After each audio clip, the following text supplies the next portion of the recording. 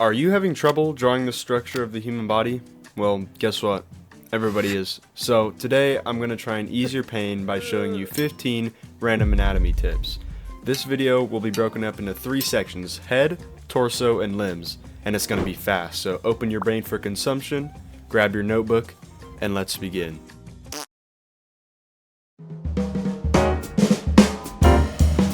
The first tip I have for you is that the nose scrunches.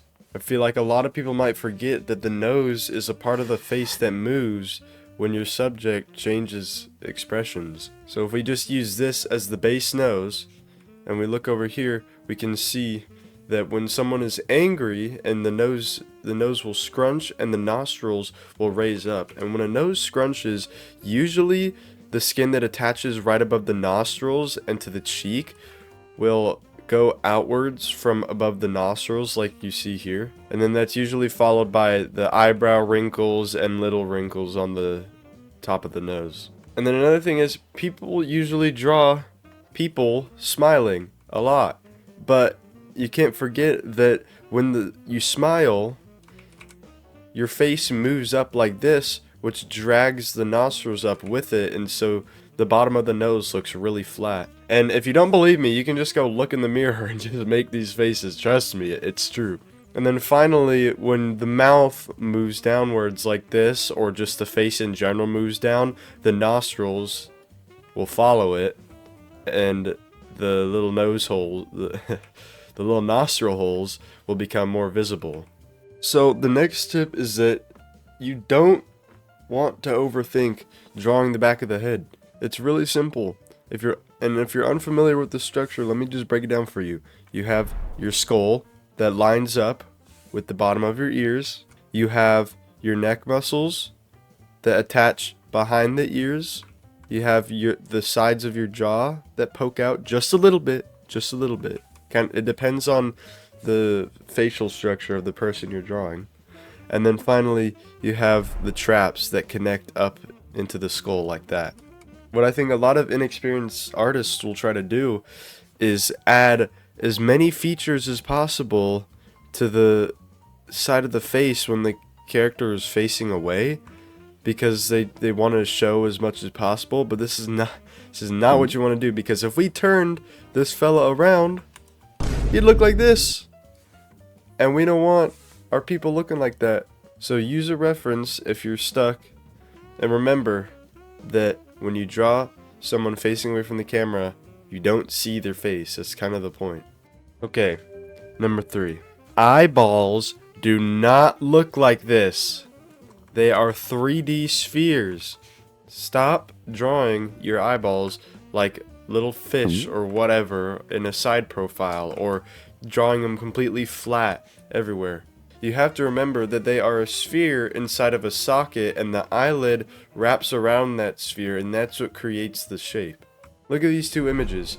See how we have the socket right here, and the eyeball sits inside of that as a sphere, and then the eyelid wraps around the eyeball because it's round. It's not flat. Same thing with this one. You can see, and this one's more helpful because it's from a 3/4 perspective, where the eyeball kind of overlaps with the outline of the face, and this really shows you how spherical the eyeball is. That's why it's called the eyeball, not the eye.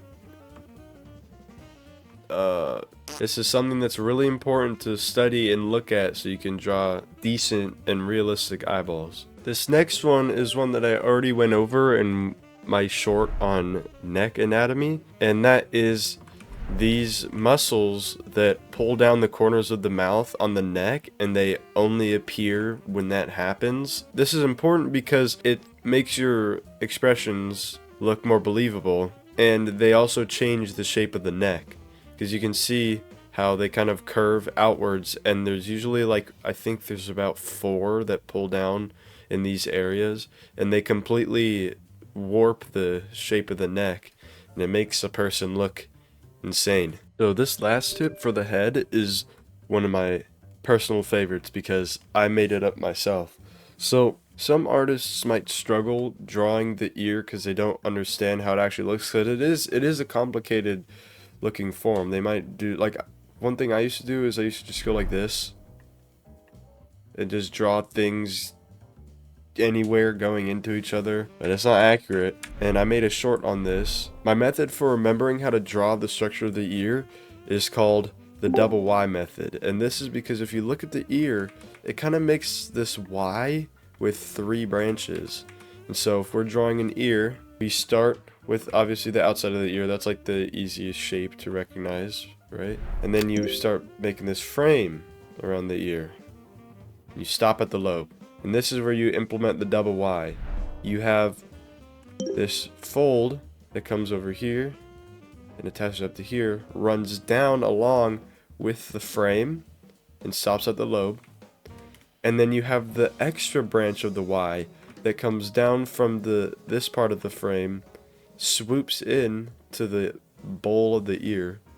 And then you got that weird little crest or nub or whatever it is, like next to the hole of your ear, and that connects up into the lobe and the frame, and that's where you see the double Y.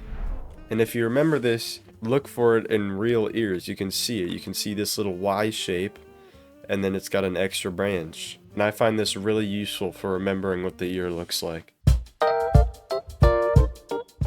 So my first tip for drawing the torso, I know this is kind of a weird drawing, but it's to think of the pelvis as a bucket for the belly and a little connector for the legs. Let me explain what I mean. So if we're drawing the torso like this, we can kind of imagine the pelvis as this little container that connects the belly. Like all the torso flows into it and the legs interlock into that.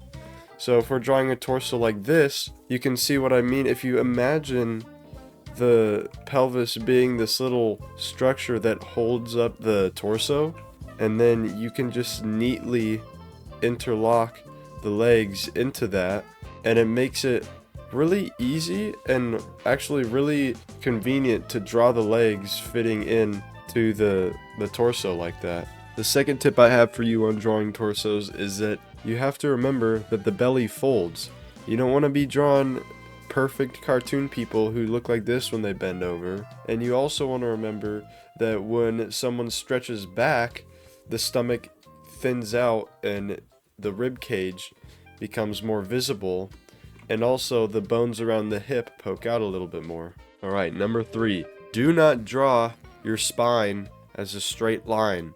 This usually causes a chain reaction that makes your character look super skinny because you have to front load all the anatomy, and it also makes him look super stiff as well. Look at him, he's like freaking flat Stanley. Instead, you gotta remember that the spine has multiple curves to it. It starts out right here behind the jaw, and it curves down to support the head, then it curves back to hold the rib cage, and then it curves back under to support the rib cage, and then curves back around and goes to the tailbone to hold your pelvis. And if we add muscles on top of that, you can see that it already makes it so much more believable and dynamic. It's important to remember that abs are most visible. It's important to remember that abs are most visible during flexion. What a lot of people will do is they'll draw a muscular person and they'll just make them permanently shredded. If they're relaxed, it'll look something more like this. They won't be as defined, and it'll make more sense. Because I feel like I've seen a lot of times where people just draw someone relaxing, right? And they draw a pretty muscular person relaxing, and then boom, just insane shredded abs for no reason, and it doesn't match the rest of their body's position. So it's important to remember that. You don't want to be drawing permanently shredded, buff, flexing people. And the last tip I have for you on the torso is that you have to remember that the shoulders move, and when they move, they affect the whole torso. The shoulders are very important joints, and if you keep them stuck in the same place, your figures might look really stiff. For example, if someone's leaning forwards and their shoulders are moving forwards, the back muscles are going to get stretched that way, and the shoulder is going to poke out and cover the front of the torso. Same thing if someone stretches their shoulders back. the chest is going to stretch back. All the muscles are going to stretch back. This shoulder over here might not be as visible because it's been pushed back. It's like the difference between drawing someone reaching for something like this, where their body is just straight and stiff and, you know, it just looks like they're sticking their arm out, and someone bending their body forwards and moving their shoulder forwards. There's a huge dynamic difference there. Before we move on, I just want to mention that I am doing commissions now, so if you like my art and you want to support me, feel free to go check that out. You can find the link in the description and on my channel. Alright, let's wrap this up. So I assume by now that everyone's heard that when you flip your hand over like this, the bones in your forearm are twisting, and this is true, and this is really useful to know for artists, but I've never actually seen anyone explain how this affects the look of the arm. So it just kind of gets, like, you know it, but you don't know how to apply it. And so I'm going to teach you how to do that. I'm not here to teach you forearm anatomy, but I can give you a little basic rundown of an easy way to understand this. So this is your radius, and this is your ulna. You only really need to remember the radius as the bone that moves over the ulna, and the ulna is like the base. It's like the base that holds the whole arm together, and the radius moves around that. And it's always important to remember that the radius will always be on the thumb side. Remember that. That's really useful to know for judging how the forearm is going to look based on the position of the hand. In the forearm, you have two basic muscle groups. You have the extensors, which I have colored in orange, and the flexors, which I have colored in blue. The flexors are the muscles you use to make a fist, and the extensors are the muscles you use to pull your hand back towards your body. I don't really think of them as flexors and extensors. I like to think of them more as the muscles that sit on the top of the forearm and the muscles that sit on the bottom of the forearm. And this helps me remember how they look in different positions. So you can see here, if we start to rotate the radius around and we get this halfway position, which is like if you stand with your hands at your sides, you get a nice half and half where you see the extensors on the top and you see the flexors on the bottom. But then once we get to fully rotating the radius around, you see only extensors. And the reason I drew the extensors in these two little subgroups here is because this muscle right here is very important to remember. It is a huge landmark for the arm. This is because this muscle forms a big ridge on the top of the arm, and then you have your other smaller extensors that sit underneath that and form their own mass. This muscle right here will always mirror the radius. Because let me show you. If I draw it on the skeleton right here, this muscle attaches to the radius, and so it will always follow wherever the radius goes. And then, like I said, you can add the other extensors on top of that to fill in the gap, and that makes its own mass. So I have some drawings down here to help you see this from the side as well. So if your palm's up, you're going to see a little bit of the flexors and mostly the extensors on this side because they're on the back of the arm. And then you start to rotate around, and you're only going to see flexors because, remember, this muscle follows the radius and the other extensors fill in the gap. And then when you're fully twisted around, like I said, this muscle follows the radius, and since the radius follows the thumb, it's going to be twisted all the way around. And so you can see this secondary mass of the extensors right here, the big muscle ridge on the forearm.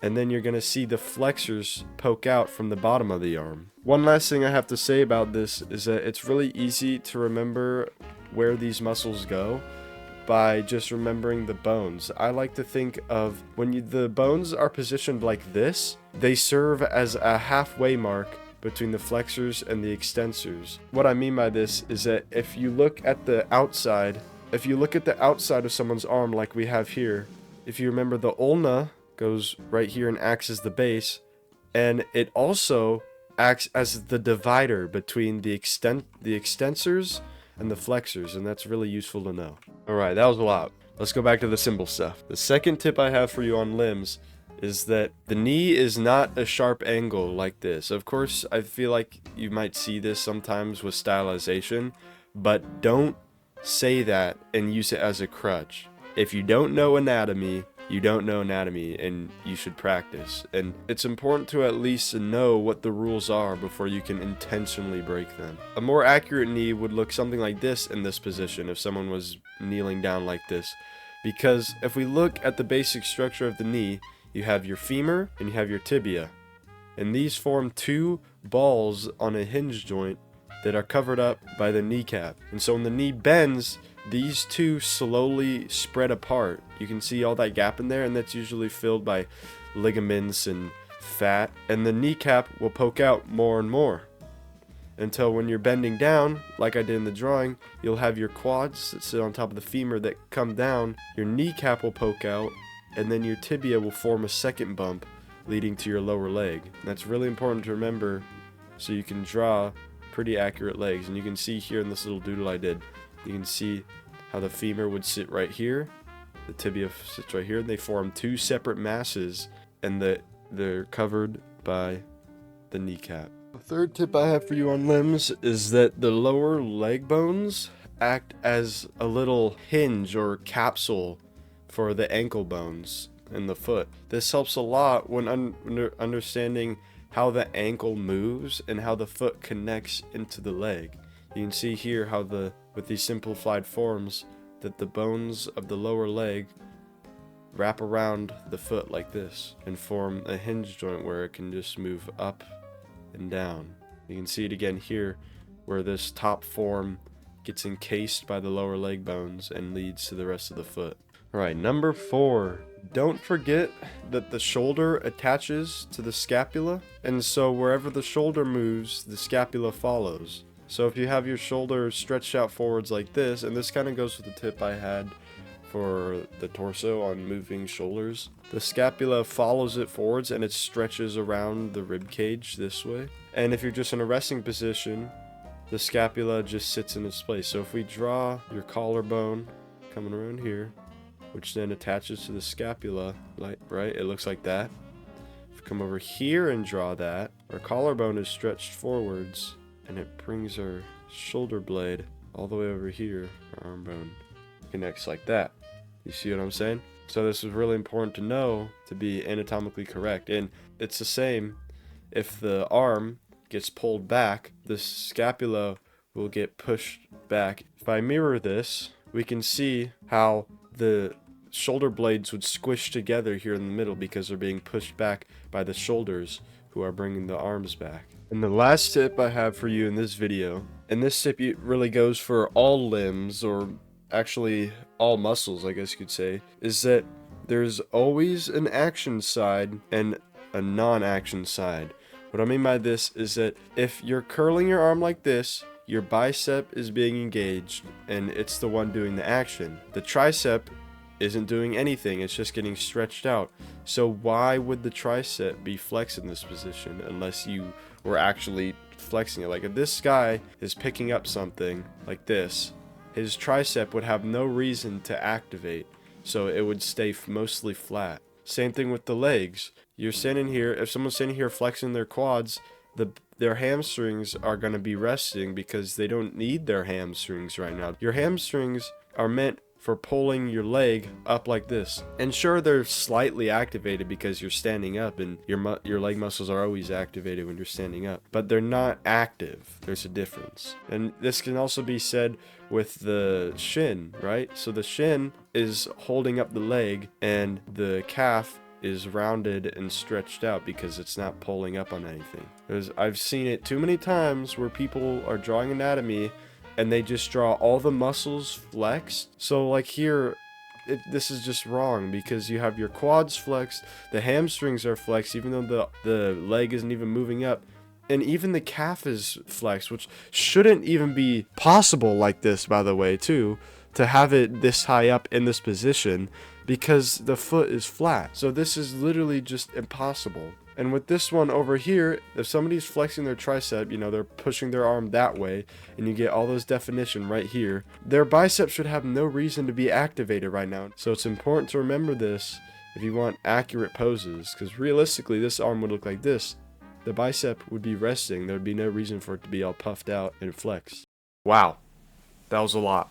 I'm surprised you made it through the video, honestly, but I'm happy you did. And if this video helped you, that's great. And if it didn't, well, I did say they were random anatomy tips, not necessarily good ones, but whatever. I'll see you in my next video. Okay.